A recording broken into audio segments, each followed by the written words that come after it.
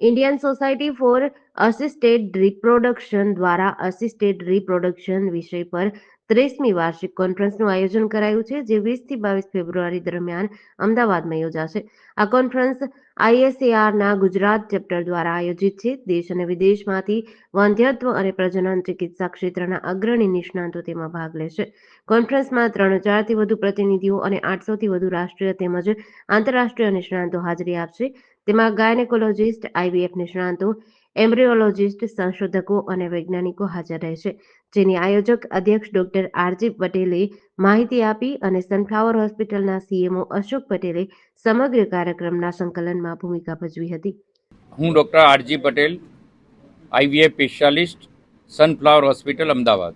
જે fertility rate ઘટતો જાય છે, ઇન્ફર્ટિલિટી વધતું જાય છે, એના સોલ્યુશનમાં IVF કોન્ફરન્સનું આયોજન છે. 3 દિવસનું કોન્ફરન્સ છે. શુક્રવારે અને શનિવારે મેઇન કોન્ફરન્સ છે. રવિવારે વર્કશોપ છે. 8 જેટલી વર્કશોપ રાખેલી છે. આશરે 3000 ડેલિગેટ છે, જે આ ISAR એટલે ઇન્ડિયન સોસાયટી ઓફ આસિસ્ટેડ રિપ્રોડક્શનની 30મી કોન્ફરન્સ છે. અત્યાર સુધીના ઇતિહાસમાં આ ઓલમોસ્ટ સૌથી વધારે રજિસ્ટ્રેશન છે. અરાઉન્ડ 35 ઇન્ટરનેશનલ ફેકલ્ટી છે. ઇન્ડિયામાંથી અરાઉન્ડ 3000 ડેલિગેટ છે, જે ક્લિનિશિયન છે, એમ્બ્રિયોલોજીસ્ટ છે, એન્ડોસ્કોપિક સર્જન છે, સોનોલોજીસ્ટ છે, ફિટલ મેડિસિનના સ્પેશિયાલિસ્ટ છે.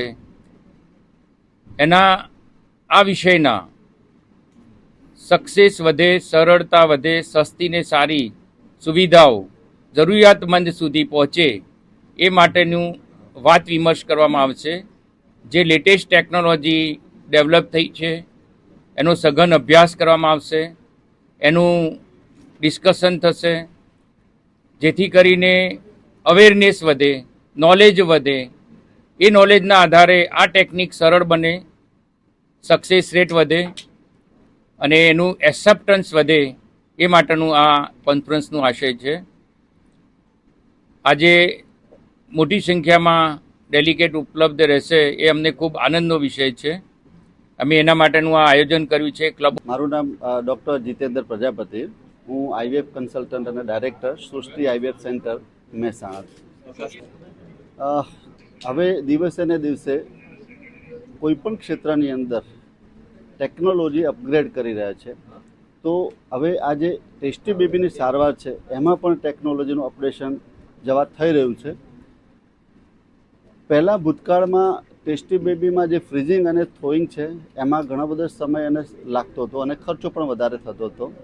હવે પછી આ જે કોન્ફરન્સ છે એમાં નવી એક રેપિડ વિટ્રિફિકેશન અને થ્રોઈંગ કે જે તમે 1 કે 2 મિનિટમાં પણ કરી શકો છો, જેના લીધે થઈને સમય સારવારનો ખર્ચ અને સારવારનો સમય પણ બચાવી શકાશે. એ સિવાય અત્યારે હાલ જેમ આર્ટિફિશિયલ ઇન્ટેલિજન્સનો ઉપયોગ દરેક ક્ષેત્રમાં વધી રહ્યો છે, એવી રીતના આ કોન્ફરન્સની અંદર આર્ટિફિશિયલ ઇન્ટેલિજન્સનો ઉપયોગ આપણે આ ટેસ્ટી બેબીની સારવારમાં કઈ રીતે વધારે સારી રીતે કરી શકીએ કે જેથી કરીને આપણે લોકોને આ સારવાર વધારે ગુણવત્તાસભર આપી શકીએ. એના માટે પણ આ વિષયના નિષ્ણાત લોકો આ 3 દિવસ દરમિયાન આપણને એના વિશે જાણકારી આપશે. JDC ન્યૂઝ સાથે સંજીવ રાજપૂત, અમદાવાદ.